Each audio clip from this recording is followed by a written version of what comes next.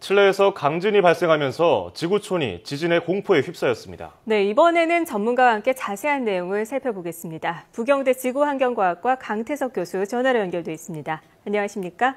네, 안녕하십니까? 네, 우선 이번에 발생한 칠레 강진부터 짚어보겠습니다. 8.3의 강진이라고 하는데요. 이 정도면은 어느 정도 규모입니까? 네, 지진의 크기, 즉 그 에너지를 나타내기 위해서 지면이 흔들리는 정도를 숫자로 나타낸 것이 그 규모인데요. 규모가 1이 커진다는 것은 한 10배 정도 더 강하게 지면이 흔들리는 것을 의미합니다. 네. 그래서 보통 규모 8 이상의 지진은 보통 전 세계에서 1년에 한두 번 정도 발생하는 것으로 알려져 있고, 여태 인류가 행한 가장 큰 핵실험이 1960년대 구소련에서 있었는데, 이와 비슷한 정도 규모이고요. 또, 예전 2차 대전 때 히로시마 원자탄이 규모 한 6.0 정도로 평가가 되고 있는데, 이게 한 번에 1000개 이상이 폭발한 것과 같은 정도입니다. 예, 이렇게 말씀을 해주시니까 생각보다 훨씬 더 에너지가 엄청난 건데, 네. 이번에 칠레 강진을 비롯해서 최근 일본 아소산도 그렇고요. 인도네시아에서는 대규모 화산 폭발도 있었잖아요. 네. 이 환태평양 지진대 대지진 전조가 아니냐 이런 걱정이 있는데 어떻게 생각하시는지요? 예, 이번 칠레 지진 자체가 워낙 크기 때문에 단순히 그 뒤에 있을 더 큰 사건의 전조냐 아니냐를 따지는 것은 사실 큰 의미가 없어 보입니다. 예. 자연에서 늘상 벌어질 수 있는 일이기도 하고요. 근데 다만 이렇게 큰 사건이 발생하는 정도가 그렇게 빈번하게 일어나는 게 아니기 때문에 또 세계 여기저기서 들려오는 지진, 화산 이런 소식들을 예전보다 더 자주 많이 접하게 돼서 사람들이 아마도 심리적으로 장래에 더 큰 위협을 이런 소식으로부터 더 걱정하게 되는 것이 아닌가 하는 그런 생각을 해봅니다.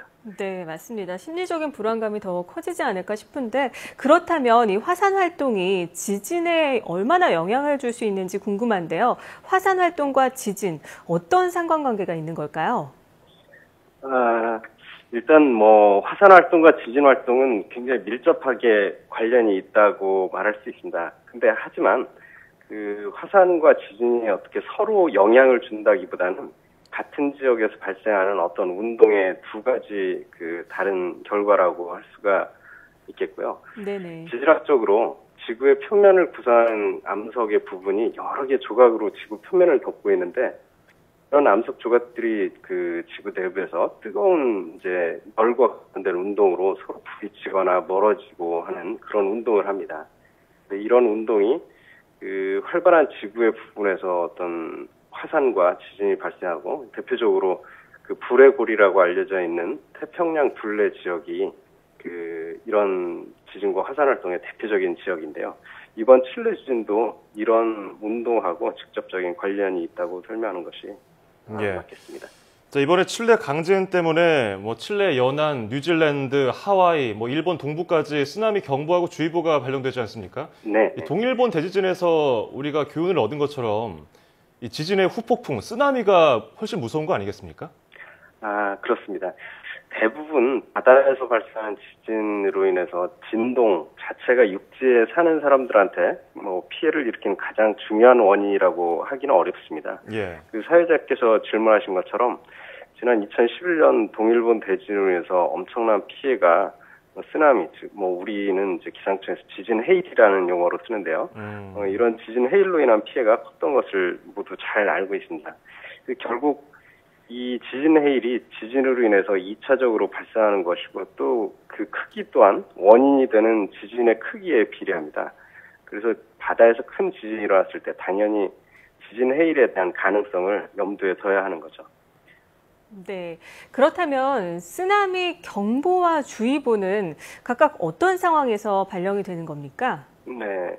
이게 나라마다 그런 것에 대한 기준이 조금씩 다를 수는 있겠는데 일반적으로 바다에서 큰 지진이 일어나게 되면 첫째 큰 지진 때문에 바다에서 어떤 일어날 수 있는 지진 해일 발생을 우려를 하게 됩니다. 보통 대규모 지진 해일을 발생시키기 위한 해저 지진들에 대한 조건들이 있습니다. 지진 규모가 보통 7 이상이어야 되고 진원 깊이가 얕아야 되고 수직적인 단층 운동이 있어야 되고 수심이 1km 이상 깊은 지역에서 이제 발생하는 것이 지진 해일의 일반적인 조건인데요. 만약에 해저 지진이 이런 조건들을 충족한 경우에 지진 해일에 대한 주의보를 발령을 하게 됩니다. 실제로 뭐 쓰나미 발생을 확인하고 확신을 갖게 되면 이제 경보를 발령하게 되는 거죠. 그래서 지진 해일이 어떤 해안에 도착할 때까지 발생 여부를 알기가 무척 어렵기 때문에 예. 지진이 어떤 그런 발생 조건, 지진 해일 발생 조건에 맞다면 이런 뭐 경보 또는 주의보를 발령을 하게 되는 거죠. 예, 아무래도 관심이 모이는 점은 전문가들은 아무래도 이 불의 고리에서 일어난 것은 일본이 있기 때문에 뭐 해일이라든지 이런 걸 막아준다 이렇게 얘기를 하는데 그래도 이 여파가 간접적으로 우리나라에 영향을 미치지 않느냐 이런 걱정이거든요. 어느 정도 영향이 있을까요? 그래서 말씀하신 대로 뭐 직접적인 피해를 생각하기는 좀 어렵고 뭐 예. 일본 열도가 가로막고 있기 때문에 지진 해일의 전파 방향이 일본 해일이 이제 뭐 그 장애물 역할을 하기 때문에 우리나라에 어떤 피해를 일으킬 수 있을 정도로는 기대하기 어렵습니다. 근데 이게 태평양을 건너서 일본까지 한 24시간 정도가 걸리거든요. 예. 오늘 아침에 한 8시경에 발생했기 때문에 내일 아침 한 8시 정도 되면 일본에 이제 도달했다는 소식을 아마 우리가 듣게 될 텐데 거기서부터 한 뭐 서너 시간, 한 5시간 정도면 제주도나 남해 쪽으로 아마 그 잔 물결들이 그 여파가 도착을 아마 하게 될 겁니다. 근데 이게 워낙 그 크기가 뭐 그렇게 크지 않기 때문에 예. 그 지진 해일 조위 관측 장비나 이런 관측 장비에서 그 확인할 수 있을 정도로 좀 미미한 정도의 아마 지진 해일은 뭐 충분히 발생할 가능성이 있습니다. 네.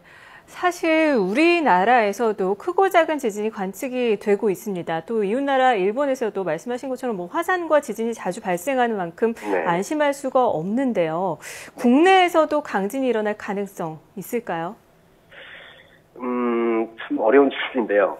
그 강한 지진은 어디서든 발생 가능하거든요. 예를 들면 우리나라에서도 뭐 역사 기록에서 보면은 그런 큰 피해를 일으켰다고 하는 지진 발생을 굉장히 많이 확인을 할 수가 있거든요.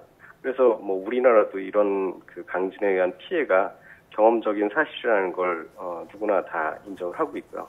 다만 차이가 있다면 그런 강진이 일어나는 정도가 뭐 칠레, 일본 같이 굉장히 빈번하지 않기 때문에 우리가 자주 경험할 기가 어려워서 기회가 적어서 잘 인식을 못할 뿐이지 언제든지 어디서든 일어날 가능성이 충분히 있습니다.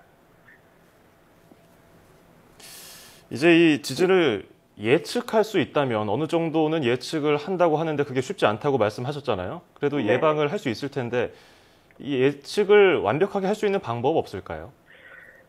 그게 이제 어려운 게 그 지진이 자연현상 가운데서도 가장 그 관측하기가 어렵고 따라서 이제 예측하기가 어려운 현상이라고 이제 하는데요. 그러니까 그 원인은 뭐 다른 비나 뭐 태풍이나 이런 것들은 구름이 모이고 거기서 비가 내리고 하는 것들을 지금은 이제 위성이나 뭐 직접적인 육안으로도 그런 걸 관측을 할 수 있는데 지진과 관련된 현상을 일으키는 원인은 암석에 가해지는 힘이라는 거죠. 근데 그런 힘은 눈에 보이는 것이 아니기 때문에 어떤 순간에 그런 힘의 변화를 감지하는 것이 대단히 어렵기 때문에 예측이 어려운 것으로 알려져 있습니다. 그래서 지진에 대해서는 예측에 신경을 쓰는 것보다 차라리 그런 현상이 일어났을 때 어떤 피해가 일어날 것인지를 미리 예상하고 그거에 대비하는 것이 아마 더 현명한 행동이 아닌가 생각합니다. 예, 잘 알겠습니다. 자, 지금까지 부경대 지구환경과학과 강태석 교수와 함께 이야기 나눴습니다. 오늘 말씀 고맙습니다. 네, 감사합니다.